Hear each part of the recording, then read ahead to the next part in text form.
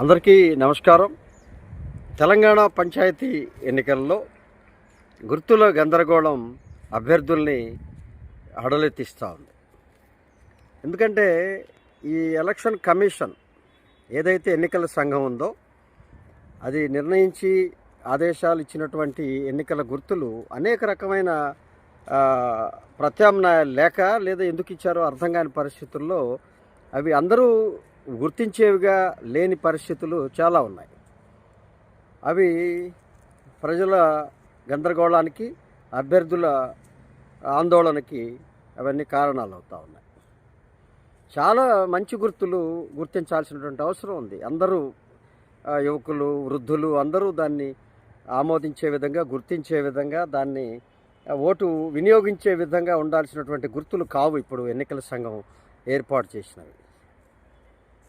కాబట్టి భవిష్యత్తులోనైనా ఎన్నికల సంఘం ఆ గుర్తుల విధానంలో ఒక పెద్ద ప్రజలకి తెలిసిన గుర్తుని ఇవ్వాల్సినటువంటి అవసరం ఉంది. ఓటు వినియోగంలో అవి స్పష్టంగా ఓటరు గుర్తించాలి.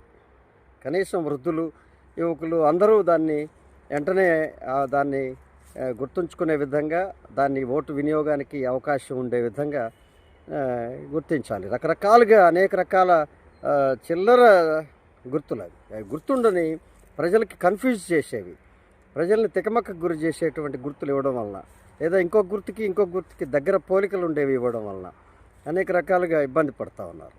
కాబట్టి ఇప్పటికైనా ఎన్నికల సంఘం గుర్తుల అంశంలో ఒక చెట్టు, ఒక మోటార్ సైకిల్, లేదా ఒక గంట, ఒక బస్సు, ఇలాంటివి, ఒక లారీ, ఇవన్నీ ప్రజలకి దగ్గరగా అందుబాటులో మనసులో వెంటనే హత్తుకుపోతాయి. ఓటు వేయడానికి వెళ్ళిన 60 ఏళ్ల వృద్ధులైనా సరే దాన్ని గుర్తించే విధంగా, దాన్ని అనుసరించే విధంగా వారి వినియోగం, ఓటు వృధా కాకుండా వారు అనుకున్న అభ్యర్థికి వేయడానికి అవకాశం ఉంటుంది.